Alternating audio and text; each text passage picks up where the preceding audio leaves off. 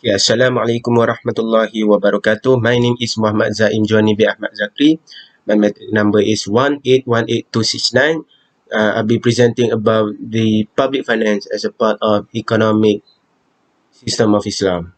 The flow of this presentation will start by understanding the distinct feature of public finance between the Islamic perspective and the conventional perspective.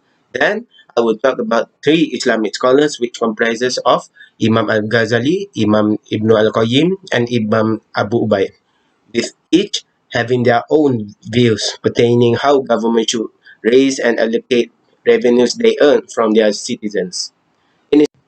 In Islamic perspective, the ultimate goal of public finance is to provide a just and humane socio-economic order by excluding any forms of exploitation and to allow persons to live a life of peace and contentment on this motherly earth. However, in conventional perspective, public finance is seen as a combination of acts in order to recognize when, how, and why should the government intervene in the current economy while simultaneously understand how the possible outcomes of making these changes in the market. Okay, so public budget is consisting of two parts. The first one is the revenues and the second part is the expenditures. Okay, Imam Ghazali explained quite details on this both sides of public budget, where he separated these revenues into two categories. The first one is for the Muslim community, and the second one is for the non-Muslim community. Both are obligated on different types of revenue. For Muslim community, the government revenue should be earned through property and assets without heirs, whose owners are unable to be traced, and those charitable endowments or trusts with the absence of caretakers. On the other hand, for non-Muslim community, revenues are collected from the non-Muslims are known as ghanimah, fa'i, jizya, and tributes or amwal al-masali. Okay, for the second part of this Imam Ghazali view, additional tax imposition are only allowed on two conditions. First, for the purpose of defending the Islamic State and to protect or enhance the open property or properties. Okay, Imam Ghazali final view for this public finance. For public borrowing, it is only permissible only when repayments are guaranteed by future revenue cash flows. Okay, so that is the first part of public budget, which is the revenues. So on the second part for expenditures, anything which publicly recognized by Islamic scholars that are some areas of public expenditures could be directly linked to revenue source. Specific guidelines in this context from the Holy Quran and the Sunnah must to be adhered. Okay, for Ibn al-Qayyim, he explains zakah as one of revenue source. Ibn al-Qayyim opined that the purpose of zakah is to develop the quality of kindness, brotherly love, and goodwill. Thus, a specific rate of zakah has been fixed, so it can serve these goals easily without causing any distortment. So, the amount paid in zakah is not too much for the payers to feel aggrieved, while it is enough for the have-nots to fulfill their basic needs. If it were a very high rate, it might have led the rich to evade zakah and practice different kind of tricks to escape the payment of zakah. On the other hand, the poor will have become accustomed to receive the zakah money without deserving it. These two extreme positions will have defeat the actual purpose of zakah. Zakah is not only applied to all kind of property. Zakah only applied to goods which carries the power to increase, grow, and produce a return.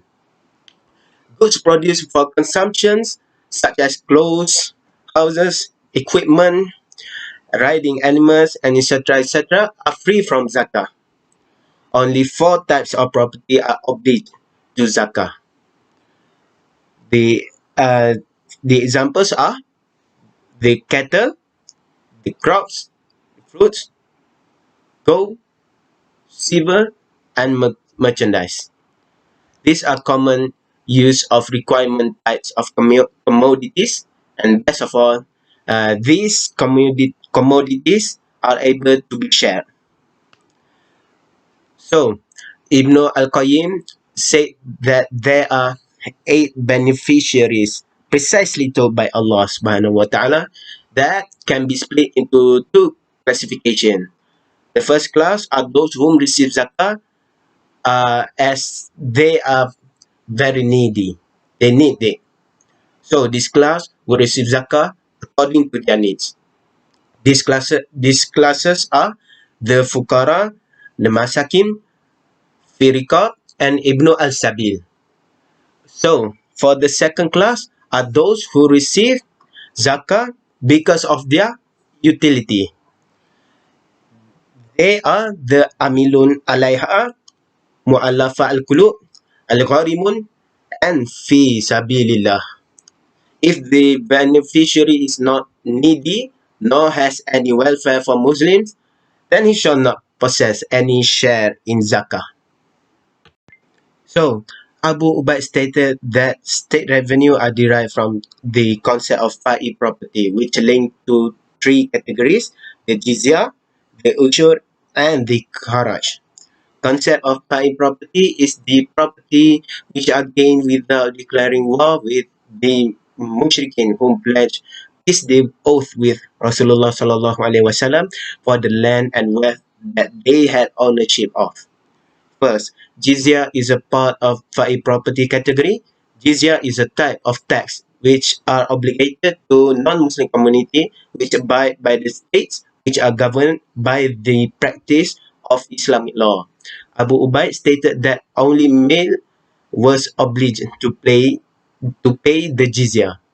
Jizya pay rate differs as it were determined by the wealth and physical strength of the Ahlul Zimmah. Furthermore, not entire Ahlul Zimmah were required to pay the jizya, just like zakah, when not all Muslims were conditioned to pay zakah. Only those who fulfill very specific criteria could be exempted from paying zakah. Second, kharaj is a tax collected from the proceeds from the land conquered by the Muslims either through forcefully or through peaceful means. The taxes accumulated from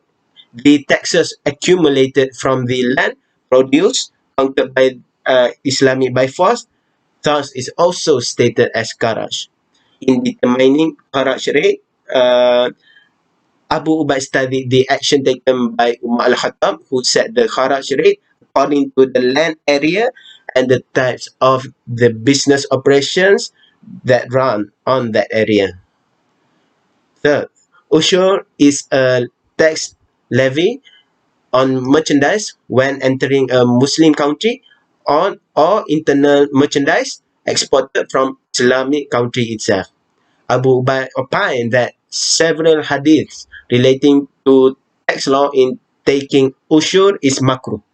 Imam Malik strengthened Abu Ubaid's opinion through his statement, peace agreement that was agreed by members of Ahlul Zimmah, a plea agreement with respect to sovereignty in their land.